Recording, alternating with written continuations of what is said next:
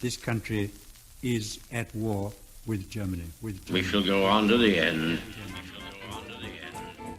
I remember the sheets of flame which came up and almost blinded us from our guns.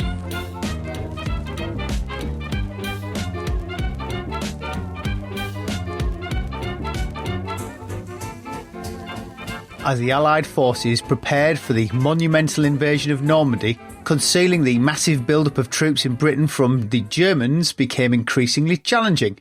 To mislead German intelligence about the timing and location of the invasion, the Allies devised a series of elaborate deception plans.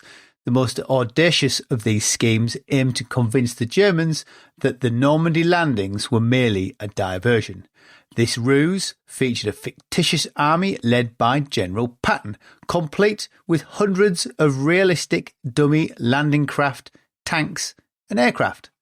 I'm Angus Wallace, and joining me to delve into the intricate web of D-Day deception is Taylor Downing, author of The Army That Never Was, D-Day and the Great Deception. So, Taylor, we're going to be discussing Allied deception plans surrounding D-Day, but deception was not a new idea in 1944. The British had been running various schemes since the outbreak of war with dummy structures such as airfields. But are these a pre-war idea? I think it's interesting how quickly the British develop these ideas once the war starts. It is very interesting how quickly it all happens when the war starts. I'm not aware of pre-war deception planning in terms of sort of air bases or dummy decoy airfields or anything like that. And you've got to remember that when that started, when the idea of producing decoy airfields and dummy aircraft started in 1940, Dowding, the head of fighter command, was really opposed to it. He said, I don't want resources wasted into decoy airfields and dummy aircraft. I want real airfields and real aircraft. That's where the resources should be going. So as far as I know, there was no sort of detailed planning before the war. But as you say, it starts very quickly. And I think it's one of the many signs in the whole deception story of how creative the country became in the Second World War, how quickly things developed. You know, today it takes a year to repair an escalator at a train station, whereas you look at some of these extraordinary projects in the Second World War that started and ended within a few months of each other. And the deception planning and how some very, very brilliant people were brought into deception planning and came up with schemes that, frankly, when you read, it reads more like a fiction than fact. But it's interesting you mentioned resources. So presumably the dummy airfields, you can't just go parking Halifaxes on a green field, because that will be a waste of resources. And you can't produce spare Halifax shells with nothing in them, because that too would be a waste of resources. So tell us how they built these dummy airfields and the aircraft for them, because that in itself is a fantastic story. A lot of airfields had satellite stations. So an active fighter command station would often have a satellite airbase not that far from it, where they could sort of decamp in the event of a bombing raid, or they could sort of split resources or whatever. And it was out of these satellite stations that a lot of the decoys then developed in 1940. But the interesting thing about the dummies themselves is that the RAF, first of all, went to the manufacturing companies, the companies that had actually made the aircraft, and later in the run-up to D-Day, well, in the middle years of the war, they went to the companies that had produced the tanks or the landing craft and asked them to produce dummies. And they were all immensely over-engineered. They were far too complicated. As a consequence of that, they were far too expensive. So, for instance, the idea was to produce aircraft that a Luftwaffe reconnaissance plane flying over could photograph and would look realistic from 20,000 feet or whatever it was.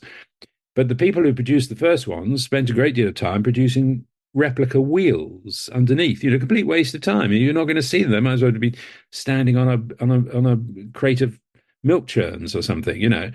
So the initial dummies, aircraft, as they were first of all, were too complicated, too over-engineered. And it was this remarkable guy, John Turner, who was in the RAF, who'd been prominent in RAF engineering and siting airfields and so on. He came up with the idea of going to the film industry, because what do the people in the film industry do? They produce sets that look real on camera, but of course are completely artificial. And he develops a link with Shepperton Studios to the west of London, Shepton had an interesting history because it was a very successful studio complex in the 1930s, attracted a lot of big filmmakers, big throughput of filmmaking work. They had, I think, 4 studios there at the time, and a lot of technicians with a lot of skills and talent that had built up over the years. The war comes, some of them are called up into the military, investment in film production ceases. So there's a pool of talent left at places like Pinewood and Shepperton and others, all the skills they developed over the years, but no apparent need for them. When John Turner gets in touch with the people in charge of Shepperton Studios, he says, do you think your set dressers and your designers and your props masters and your carpenters, do you think they could come up with a few model aircraft, dummy aircraft, that would fool the German Luftwaffe reconnaissance planes? And they say, yes, of course we can. How many do you need by Monday, sort of thing. They're used to working fast, used to deceiving the camera, making things look real. So it was their sort of absolute marriage made in heaven, as it were, between the RAF with desperate need for relatively low grade but convincing dummies, a studio complex full of talented people used to making sets and props, and it worked very well, and that developed. So by the time the run up to D-Day comes, there was quite a skill base in producing these dummy machines of war. It's interesting, this arc we have with deception running up to D-Day, because they could be seen as very much as defensive. Now, if you look at the offensive side, we have, and we'll get to dummy units for D-Day, but there's Lieutenant Colonel Dudley Clark's operating in the Middle East, isn't he? He's doing deception in an offensive manner. So who's Dudley Clark? What's he doing? I think he's Dominic West, isn't he, in Rogue Heroes? So Dudley Clark is an absolutely fascinating character, and he's really right at the beginning. He's one of the great pioneers of deception in the British military. He's called out by General Wavell to Cairo at the very end of 1940, when the Italians have attacked, even before Rommel is sent to North Africa with the Africa Corps, and he sets up this unit in fact above a brothel in Cairo, because there wasn't room for him in general headquarters. Even that was a deception, because he thought, well, anybody following a British officer isn't going to be that surprised if he goes into a brothel. So even the location of the office was itself a level of deception. And he comes up with all sorts of basic principles. He was a remarkable guy. He'd known Wavell in the 1930s, his commanding officer, Wavell. They'd both been in the Mandate of Palestine in the 1930s. And Dudley Clark had been put on a death list by an Arab-Palestinian guerrilla group. And he had this amazing ability that whenever he went into a room, he always sat down with his back to the wall so that he could see everybody around him. I've met a few spooks who are like that, actually. Whenever you meet them, they're always there first, and they're always sitting somewhere where they can see the whole room around them. So Dudley Clark is a sort of first, and he makes lots of mistakes in the early days, but he learns very quickly from both his successes and his failures.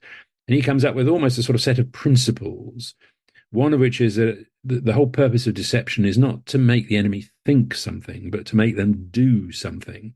So with the Italians, for instance, when Wavell wanted to attack in Eritrea, he was going to attack in the north. And so the deception planners dropped hints, and rumors were spread that they knew Italian spies would pick up, that they were going to attack in the east. But the Italians responded by saying, oh dear, attack in the east, they're bound to break through, so we'll move all our troops to the north. So the exact opposite of what was intended. So a failure in a deception campaign, but actually the realization that it's not what the enemy think, it's what you make them do that is the whole point of deception. He also realized the great value in inflating the order of battle. That's to say, the number of units that you can draw upon. So he started, first of all, inventing a brigade. He found out the Italians thought the British would probably use parachute troops in North Africa. So he invents a brigade of paratroopers. There's lots of photos in the press of men jumping out of aircraft, and rumors are dropped again in the sort of places where they know, in the back streets of Cairo, that Italian spies will pick up on this. And the Italians become utterly convinced that the British are going to use paratroop forces against them. There were no paratroop troops in North Africa at all. So, he starts with things like that. Then it all escalates a bit, So he invents an entire division that didn't exist, that was apparently arrived from the Far East. And slowly this sort of escalates into really quite a major increase in the order of battle, which again has all sorts of obvious advantages. If the enemy think you've got far more troops than you actually do have, then they're more likely to be concerned when you attack. They're more likely to sort of pull back, thinking that you've got overwhelming firepower in reserve, when in fact you haven't. So he becomes again a master of that sort of deception, and all of this helps feed in all the lessons that are learned really from 1941 through 1942 into 1943, feed into the background to the really big, the great deception that goes on through 1944. But he's a very important character, and a lot of people who worked with him felt he was never properly recognized. Dudley Clark, this is Lieutenant Colonel Dudley Clark, that he wasn't ever recognized. Everything he did was top secret, so it wasn't known about. He tried to write up his memoirs after the war, and the Cabinet Office blocked them from being published because it was all still top secret. I've spoken to and read quite a lot from people who felt he's been disregarded. I think that's beginning to change now. I think the fact that, as you say, he appeared in Rogue Heroes as a rather enigmatic character. I think he had a relationship with a French spy in that series, and so I think he's sort of becoming a bit more of a colourful figure who probably we'll see popping up in various dramas over the next few years. But he really stands at the beginning. So there's Turner in Britain, who's sort of building decoy airfields and coming up with how to build convincing decoy aircraft, dummy aircraft. In the Middle East, there's Dudley Clark working in Cairo, and of course the big victory of his deception is at El Alamein in the Second Battle in October 1942, where Monty is going to concentrate his thrust in the north of the battlefront.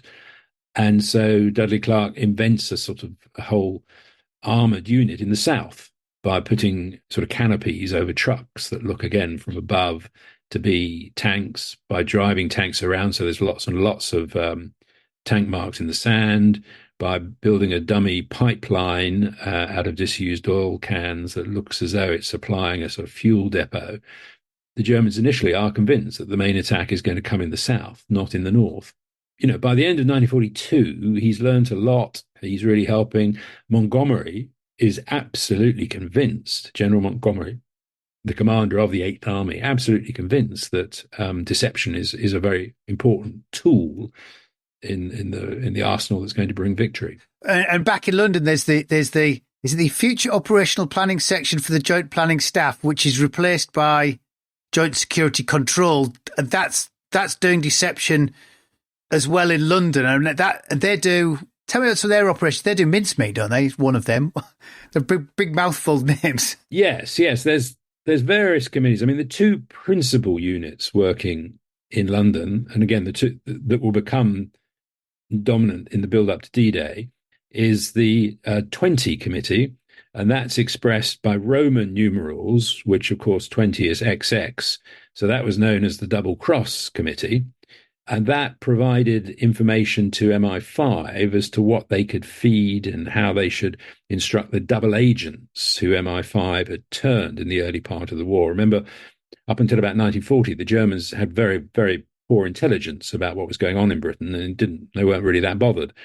But after the fall of France and the potential invasion of Britain, they realized they had to find out a bit more about British defenses and British military command structures and so on. So they sent in a whole variety of agents by boat. Some of them came submarine and boat. Some of them were dropped in by parachute. Some of them came in as refugees. And they were all spotted pretty quickly by MI5 and were given the option, well, either we put you on trial as a traitor and execute you, or you agree to work for us and we'll write your reports that you send back to the Germans, to the Abwehr, to German military intelligence.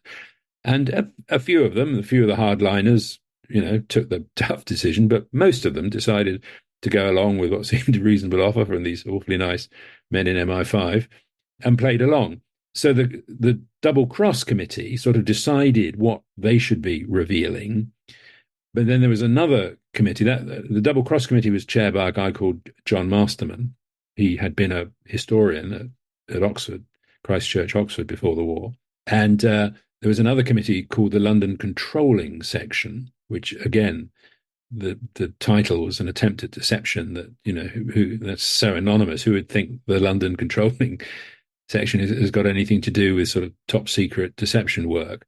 And they were the ones who came up with the overall sort of strategic plans for deception pretty well all throughout the British military. And that was chaired by a guy called Johnny Bevan, who, surprise, surprise, was an Oxford man who was also at Christ Church.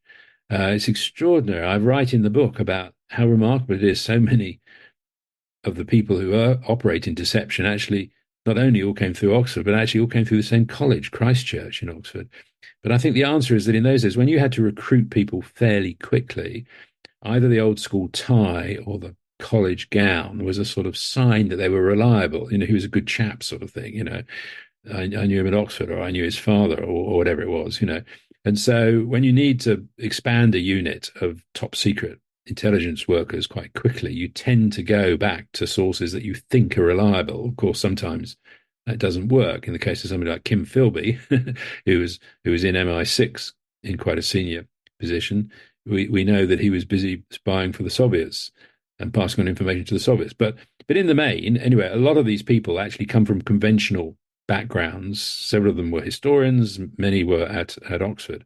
To sort of sum up the bureaucratic structure, as it were, there are these two committees based in London: the Double Cross Committee, which meets every Thursday afternoon at MI5 headquarters, and the London Controlling Section, which actually is situated underneath Storey's Gate. It's in the area that today is part of the Churchill War Rooms. That's where they were. So they were very close to the centre of power. They're very close to the Joint Intelligence Committee, very close to the Chiefs of Staff, and of course, quite close to Churchill himself whenever they needed sanction from him. These two groups are right at the centre of British intelligence and deception planning. And a lot of the schemes come from them and the team of very remarkable people who are put together to sort of sit around thinking, coming up with these ideas. And you mentioned Operation Mincemeat in 1943. For listeners who don't remember that story, that's the one about where they drop a corpse in the sea just off the Spanish coast, who's washed ashore, and handcuffed to his wrist is a briefcase containing letters actually, that imply the next stage of the war in the Mediterranean is going to be an attack on Greece, whereas in fact they were planning to attack Sicily. And that gets passed on by the Spanish authorities to the Abwehr office in Madrid, and then back to Berlin and so on. And the consequence of that is that the Germans don't reinforce the garrison in Sicily, which they might have done. Again, that's a sort of successful deception. It's a wonderful story. Again, lots of very larger-than-life characters. There's now been 2 movies made about this. In the 1950s, one of the classic war films of that decade. And, of course, most recently, the movie actually called Operation Mincemeat. When the Allies sit down at Casablanca and they appoint Frederick Morgan to be Chief of Staff, Allied Supreme Command, Cossack, Morgan's there to start planning for a European invasion. Do those existing structures slot into Cossack? Because Morgan's keen on some deception planning, isn't he? Well, Morgan is told right from the beginning. He's given his formal orders. I think it was at the end of March or beginning of April 1943, as the sort of head of the planning staff that's going to look at how, where, and when an invasion of Northern Europe might take place. Morgan is told in his formal orders that part of his preparation should be to prepare a camouflage and a deception to confuse the enemy as to what is going to happen. Initially, it's to make them think there's going to be an invasion in 1943, the year that the planning starts, which is partially successful, but not wholly successful. And then Operation Cockade, which sort of imagines an Allied invasion of the Boulogne area in September of 1943. The Germans are never completely convinced by that deception campaign, I have to say. There's also a hint that they're going to attack in Norway as well. That might have been a little bit more successful. But having spent 1943 trying to persuade the Germans that there is going to be an invasion when there wasn't, when it comes to 1944, a completely new plan is drawn up to persuade the Germans not that there isn't going to be an invasion, but that it's going to be somewhere else from where it actually is going to be, and at a different time. And that becomes the heart of the deception operation called Operation Fortitude, which is the main deception in 1943. And the key to that is to try to persuade the Germans that the invasion is going to come in the Pas de Calais, the shortest bit of the channel, 22 miles across from Kent, the Kent coast, rather than in Normandy or any of the many other places. Remember, they could have invaded in Norway, they could have invaded in Denmark, Holland, Belgium, Brittany. There were lots of places that could have been the site of the invasion, but they wanted to persuade the Germans the major thrust was going to come against the Pas de Calais. And remembering the principle of Dudley Clark, it's not what you want the enemy to think, it's what you want them to do is the objective. So the objective is there's a big army, the 15th German Army, 2 Panzer divisions, several infantry divisions in that stretch of the coast from sort of Dunkirk along down to Boulogne and down to the Seine, the river, the mouth of the River Seine. The whole purpose is to keep that army there up to and even after the invasion has taken place in Normandy. That's the objective, not to make the Germans think, but to make them do something, which is keep an army, keep a couple of 100,000 men twiddling their fingers in Calais when the key battles are taking place 200 miles away in Normandy. And that's what the Operation Fortitude objective is really about. Taylor, we're going to pause it there. Folks, we'll be back in a moment. Welcome back. I'm joined by Taylor Downing, and we're discussing the Allied deception plans surrounding D-Day. If you swing this to the German point of view, are the Germans actively listening? I presume it's the Abwehr who's there, like their OSS, their SIS, who are listening. Did they also do the interpretation and pass that on to the military? And the military, how does that information chain works for the Germans? And are they actually actively listening? Because it is a big war. It's easy to think we're the most important people in the war from our perspective, but presumably they're also looking at the Soviet Union as well, and Sicily and various other places. Yes, I mean the Germans are fighting a war on several fronts, aren't they? So there's, as you say, there's the Eastern Front, 2,000 miles of front line in the east almost. There's Italy. There's the Mediterranean front. But at the end of November 1943, Hitler is persuaded that the armies in the West, that is largely France and Belgium and Holland and so on, have become very, very run down. And Hitler issues one of his Führer directives, number 51, I think it was, that says, we must reinforce the armies in the West. We must have panzer divisions ready to pounce should the Anglo-Americans invade. We need to build up defenses. We need a dynamic sort of new commander. So Rommel is appointed. A new command is set up, Army Group B. Von Rundstedt is already there in overall command, but Field Marshal Rommel, as he then was, is brought in specifically really to strengthen the Atlantic Wall, which becomes a huge building project, millions of cubic meters of concrete and hundreds of thousands of tons of steel are brought in, 600-odd thousand workers, most of whom, of course, are enforced slave laborers to work on this huge project. But the big challenge for them all is, well, where are they going to come? Is it going to be southwest France? Is it going to be on the Biarritz coast? Is it going to be on the Danish coast? Is it going to be on the Dutch coast? So huge though this scheme is, it's got to cover a very large, very long stretch of occupied coast facing Britain. And again, that's where the whole deception campaign comes in. They've got to try and persuade the Germans that the invasion is going to be where it's not going to be. Is the information they've been getting, do they ever question it? Is there a chain that passes it along? Does the Abwehr interpret it, or is it the military interpret it? Does anyone question, is it true? It's a very, very good point. The Abwehr, who are largely getting their information from these double agents who I referred to before, the famous ones, Juan Pujol Garcia, who's known as Garbo, Roman Czerniawski, the Polish army officer who's known as Brutus, Popov, the Yugoslav businessman who's known as Tricycle.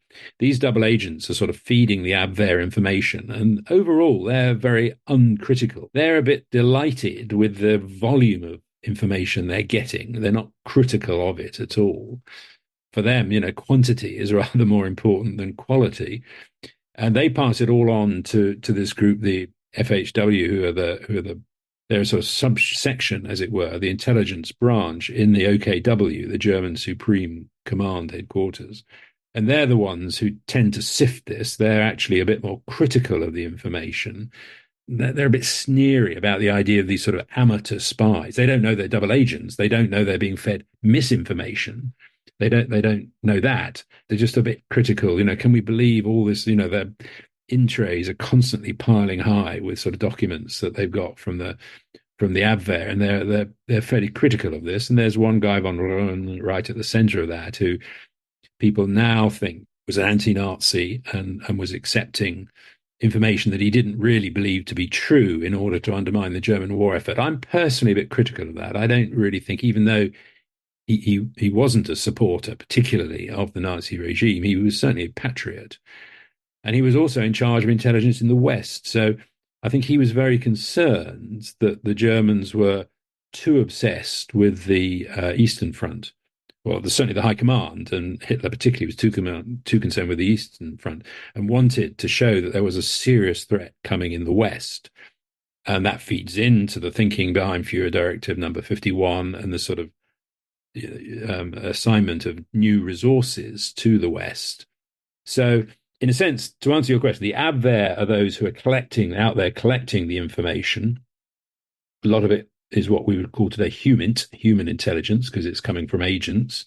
There are other sources as well. There is the Luftwaffe who are carrying out occasional reconnaissance flights over Britain, and they're picking up what they're observing going on, or what they think is going on the ground below. And then there's the FHW who are actually bringing all this together and saying, well, which of this intelligence can we believe? Which do we disbelieve? How does it all tie together? They produce a daily intelligence summary, and I think it's every 2 weeks they produce an assessment of the order of battle of the Allied forces. These documents are sent out amongst senior German officers, and of course Bletchley Park intercept them, decipher them, so the Allies can look and see what the Germans are thinking, what their intelligence conclusions are, so they can see if their deceptions are working or not. It's interesting having that feedback loop. Cossack becomes SHAEF, Supreme Headquarters Allied Expeditionary Force, with Eisenhower and Monty. Monty brings some of his own men, as he always did. And with them comes Lieutenant Colonel David Strangeways. Now, he has some different ideas from, I think it's Noel Wild, who'd been running things under Cossack. What's Strangeways wanting? Strangeways is a bit like his boss, Monty. He's sort of fairly forthright, doesn't have many self-doubts. He's pretty sure he's correct. And he doesn't mind getting people's backs up, just as Monty didn't. So he comes back to Britain with Monty sort of, end of 1943, beginning of 1944, and he's looking at the whole deception project and pretty well rejects the sort of thinking up to that point and says, well, the only way to convince the Germans to keep the 15th Army where it is and to make them think that the invasion is coming in the part of Calais rather than any of these other possible landing sites that could be selected, the only way to do that is to create a complete army group in the southeast of England, to invent an army group in the southeast of England, and to give that enough resources, as far as the Germans see or can be led to believe, to convince them that this is the main invasion force assembling in the southeast of England, and the real invasion force assembling in Hampshire, Dorset, and the Devon coast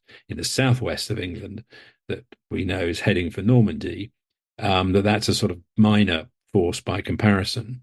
And most of the deception planners, when sort of Strangeway announces this, look, you got it all wrong. We've got to build up a complete army group in the southeast of England. Most of the other deception planners say, yes, but come on, how are we going to invent an army of 300,000 men that doesn't exist? That's even beyond our resources. And Strangeway says, well, find a way, do it. That's what you've got to do. SHAEF pick up on this. Monty supports his man Strangeways, and eventually Eisenhower endorses it. And so Operation Fortitude South becomes the creation of this, I call it the army that never was, this enormous group. It's called the First U.S. Army Group, known usually by its acronym FUSAG. So there are several levels to this. First of all, they have to find some units to allocate to the 1st US Army Group. There are some divisions, Canadian and American divisions, that are actually preparing for Normandy, but are sort of allocated. So there are some real troops that are allocated to FUSAG. Then they invent loads of divisions and eventually corps that don't even exist.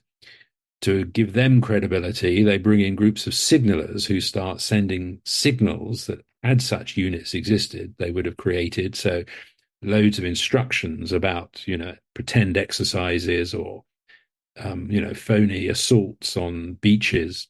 Messages are sent, from corps to division, division to brigade, brigade to regiment, and so on. And all this noise. And they add to that, I think very cleverly, they add to that all sorts of gossip about officers and court martials and who's going to be appointed here and there. Not that the Germans are going to pick up on all the content of this. They're going to pick up on some of it because some of it's in the clear or very simply coded and easy to decode. But the Germans are certainly going to pick up on the volume of noise, the amount of radio traffic that's going on, and they're able to locate that. They have quite sophisticated triangulation facilities so that they can locate reasonably accurately where the messaging is coming from. And so all of this is coming from Kent, Essex, and Suffolk. Those are the three main counties where the 1st US Army Group is existing. So first of all, there are men. You bring in some actual troops that are training, and then you invent loads of troops that don't exist. Then you make all the noise that such radio traffic that would be created for real. Then they start bringing in the dummies, and there are literally hundreds of dummy tanks that are brought in. These are largely rubber and canvas things on a metal frame that can be inflated with an air pump. And again, if you're standing next to one, it doesn't look that impressive. But if you're flying above it at 20,000 feet, it looks just like the real thing. They get some proper RAF photo interpreters from RAF Medmenham to look at photographs of the sites they build up. And they're a bit critical. They say, well, yes, it all looks, the machinery looks accurate, but there's no human presence. So they then send in battalions of men who are instructed to brew up tea every morning so that smoke will rise. The morning is the time when reconnaissance aircraft are likely to come over. So there's smoke rising. They're told to put up washing lines and hang out their underclothes and towels and things on the washing lines. So it all has a human presence. So if they are photographed, it looks as though there's a large body of men, around their vehicles and their army. Then they start building dummy landing craft. These are all the film technicians from Shepperton, who I was mentioning earlier. They build 251, I think it was, large landing craft, the sort of the equivalent of the LSTs, the landing ship tanks. And they're floated all the way along the coast, or they're launched, as it were, all the way along the coast. They're sort of canvas and wood structures floating on empty oil drums. And they're put all around the coast, right the way up to Great Yarmouth on the East Anglian coast. So you've got an army group that consists supposedly of all these men. You've got lots of armor and landing craft. So the last piece of the jigsaw, as it were, the last piece of the story is to find a commander who is going to convince the Germans that he's the man who might spearhead the invasion. And they look around, and in England at the time, but not playing an active part in the preparations for D-Day, is General George S. Patton, who is a very flamboyant, larger-than-life figure. He's in disgrace because back in the Sicily campaign, back in 1943, he'd slapped various soldiers around the face. They were in hospital suffering from war trauma, or what today we'd call post-traumatic stress disorder. And he pulls his pistol out on them and says, you're cowards, you yellow bastards, get back into the front line or I'll shoot you. And, this is all pretty outrageous stuff. A general abusing private soldiers like this, particularly those who are suffering from mental health problems. So he's in disgrace, but Eisenhower hasn't sent him home. There was a call that he should be sent back to the United States, but Eisenhower's kept him in the theatre, but doesn't have a job for him. So Patton is put in charge of the 1st US Army Group. Now, for sure, he would much prefer to have been in charge of a real army preparing for the real invasion. But actually, he rises to the challenge of this sort of phony job very, very well. He's a great showman. He goes around Kent and Essex making speeches to troops that don't exist. He inspects armored units that aren't for real. Sometimes the king joins him, George VI joins him, and they're photographed going and inspecting this, that, or the other. All this, again, gets through to the Germans. The double agents pass it on. Some of it is in the newspapers that the Germans see, and so on and so on. There's various sources by which it all gets through to the Germans. And they are convinced. They think that Patton is one of the best generals the Allies had, that he's just the sort of person who would lead the main invasion thrust when it comes. So there were sort of many levels to Operation Fortitude, to the deception, but they all had to sort of feed in, and each one had to be convincing in itself to be overall, to make the whole idea of an invasion against the Pas-de-Calais credible. I think Patton's the stroke of genius, because why would you not use such a high-profile commander for an invasion when actually he is conveniently he's conveniently on the bench because of his incident in Italy, but the Germans don't necessarily understand that he can't play an active role. I think that's genius. They am I right in saying they also build, because I found this interesting, they build a fake oil facility as well, and it's enormous, isn't it? Just outside Dover. Yes, that's right. It's huge. It runs for hundreds and hundreds of yards somewhere along the Dover coast.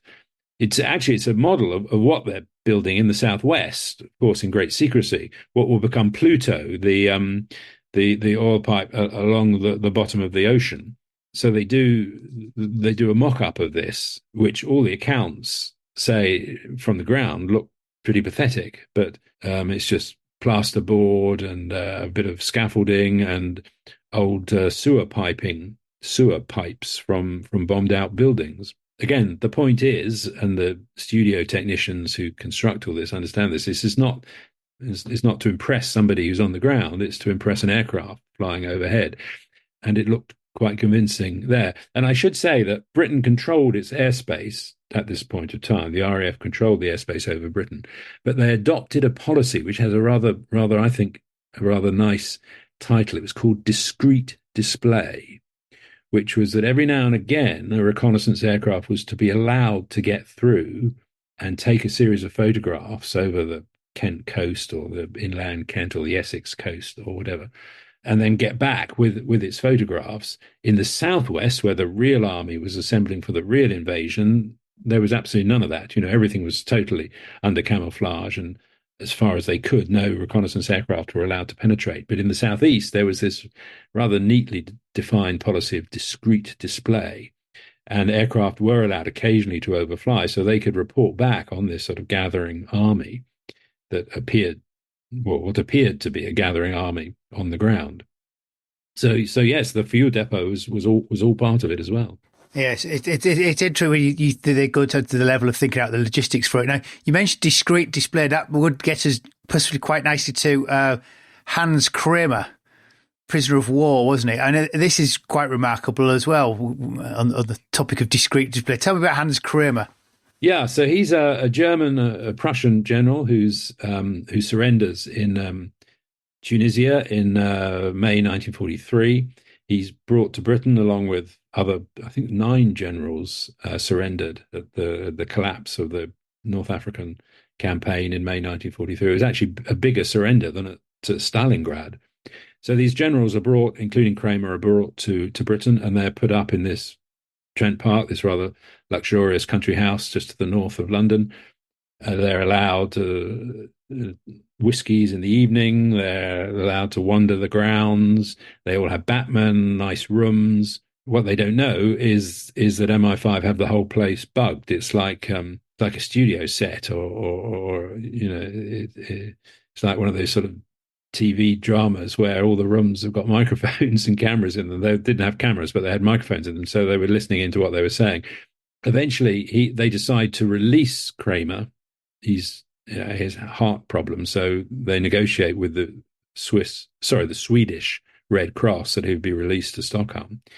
And he's on the day of his release, a car turns up, and there's a driver, a military escort, and a couple of German-speaking officers who chat away merrily and Kramer, who's very sort of stiff and Prussian and sort of, there's British, they're so unsoldierly, they send these chaps who talk endlessly, giving all their secrets away. And they drive him actually on a long journey down to the southwest of England. And as he looks out the car, his eyes sort of bulge as he sees this huge signs of an army preparing for an invasion. But the German-speaking soldiers, who aren't soldiers at all, they're actually from MI5, are telling him that he's in Kent. Of course, all the road signs had come down in 1940 and hadn't been put back at this point, so he doesn't know where he is. But they're saying he's in Kent and Dover's just over there. And he's seeing this huge army, real army, gathering for the real invasion, but believes he's not in the southwest, but he's in Kent. As soon as he's released, he goes back and tells Rommel what he's seen, and then Hitler summons him to the Berghof, and even Hitler gets the story from him that, fresh with his own eyes, he's actually seen this huge army assembling, and these foolish British, even gave away where it was in Kent, whereas it was yet another deception plan.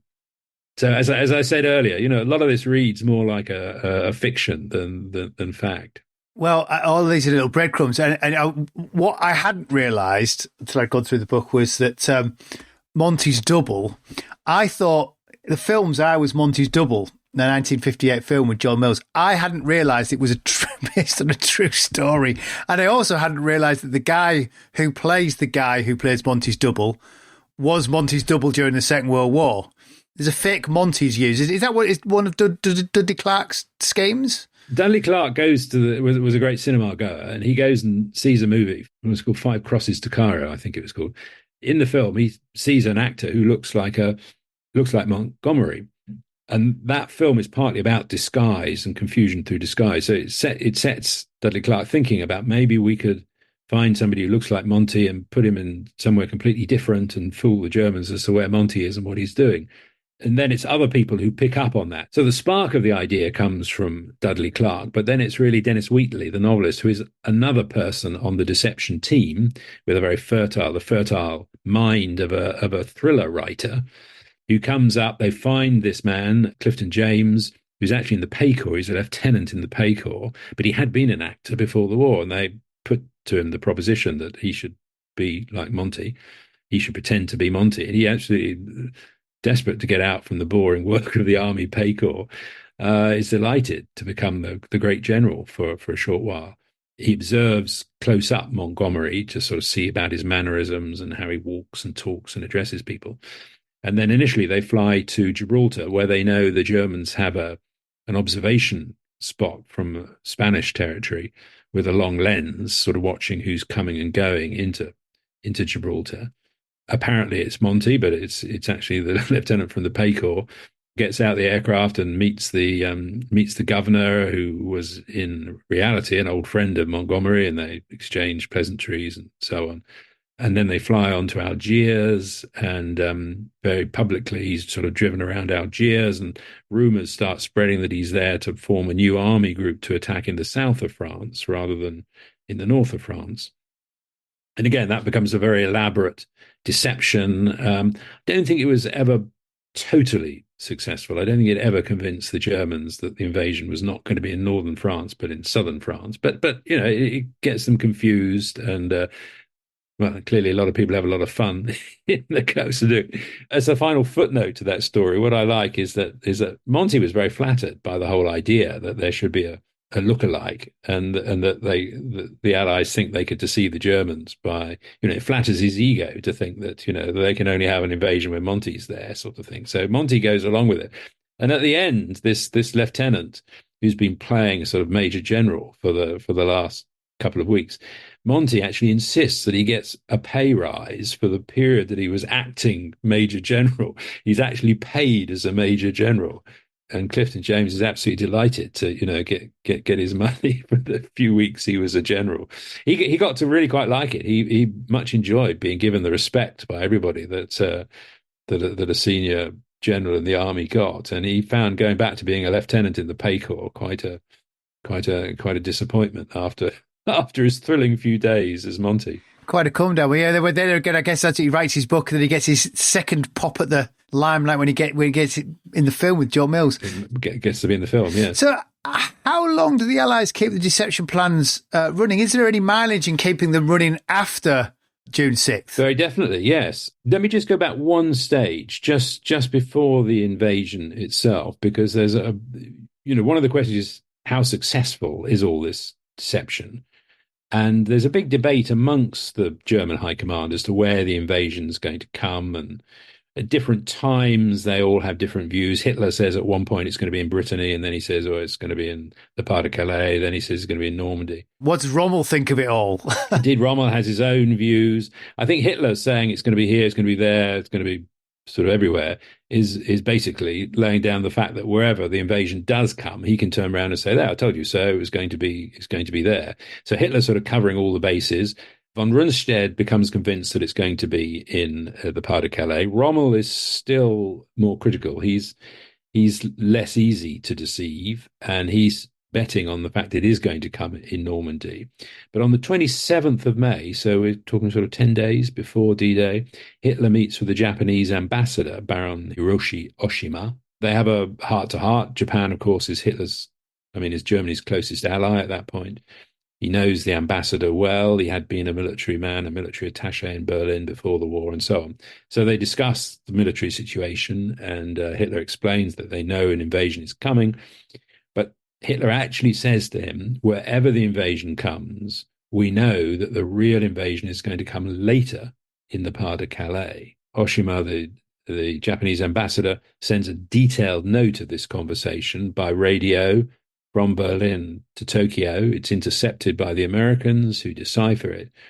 And when the deception planners get to read what Hitler's been saying, they cannot believe how successful their deception has been. This hasn't just got to the top senior officers, it's actually got to the commander-in-chief, to the Führer, to Hitler himself. He's actually almost reading their script for them. And so they're absolutely delighted. So when the invasion does take place in Normandy, instead of everybody saying, well, this is a huge, vast, the biggest amphibious operation in the war, this must be it. The high command, and Hitler amongst them, are saying, no, this is all a feint. This is all a deception. The real invasion is still to come across the part of Calais. So they keep up the deception. To answer your question just now about how long do they keep going, they keep going for some time. The deception, the double agents are feeding them more information, saying, don't be fooled by Normandy. The real thing is still to come. Patton and the 1st US Army Group are gathering in Kent and Essex and so on. And so that becomes very important. Remember, I said that the whole objective was to keep the 15th Army, the German 15th Army, this very large force in the Calais, Boulogne, Dunkirk stretch of coast, to keep that there.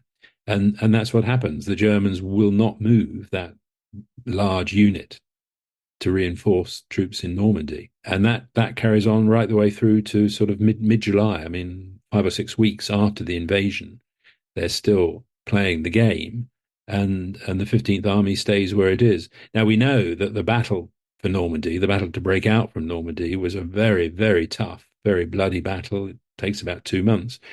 Had the resources of the Germans in the 15th Army in the part of Calais been thrown into Normandy as well, it would have at the very least taken a lot longer and might even have reversed the whole success of the invasion on D-Day itself. So the Battle of Normandy is fought and eventually won, with this 150,000 men, I think it was, twiddling their fingers, waiting for an invasion that never came in the part of Calais, who could have been participating in one of the defining battles of the Second World War. What I'm intrigued by, though, is at the end of it all, did the Germans look at their double agents? Obviously, they don't know they're double agents. The agents that had actually double-crossed them, are they all now compromised? Or are they useless now to the Allies because they think, the Germans must finally have pennies dropped that they've been feeding them duff information? They become not particularly useful because there aren't more big deceptions to sort of to play on.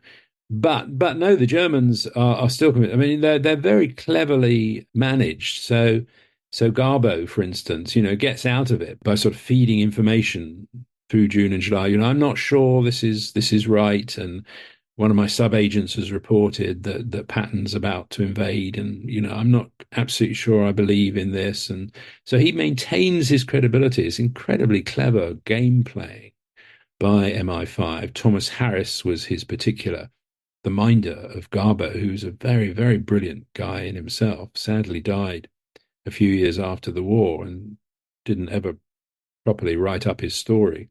So, no, they end up giving him the sort of a version of the Iron Cross and paying him a bonus. The Germans are convinced. At the end of the war, the Allies interrogate the sort of senior officers who have survived. Rundstedt is one of them. And it's only when they get into sort of detailed interrogations of what were you planning at this point of the war and what were you thinking at that point of the war and so on, that again, they realized quite how successful the deception had been. Rundstedt is a bit embarrassed by all of this because he realized by 1945, they had been deceived. So he plays it down a little bit. Rommel, of course, had committed suicide, so he wasn't there to sort of to be interrogated at the end of the war. But lots of the figures below the absolute top who had survived admitted quite freely that yes, they had genuinely believed that Normandy was a feint and the big campaign, the big invasion was still to come.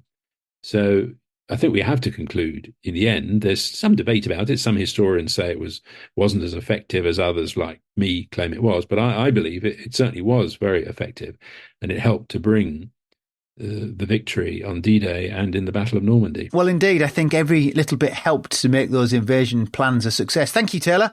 Loyal listener, if you want to know more on the subject, Taylor's book is The Army That Never Was, D-Day and the Great Deception. It's well worth picking up a copy, and I will put a link on the website and in the show notes. Before I go, I'd like to say thank you to patrons of the show. I could not do this without you. It's the small recurring donations from patrons that help me find the time to put the show together. So if you're not already a patron of the show, you can find out more at patreon.com/WW2podcast. That is all for this time. I'll be back with more on D-Day in the next episode. I'm Angus Wallace, and thanks for listening.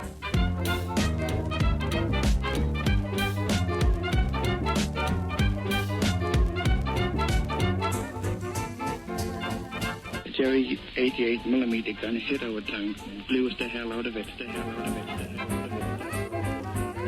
Stalingrad can never be repaired. As Allied Commander-in-Chief, I have granted a military armistice.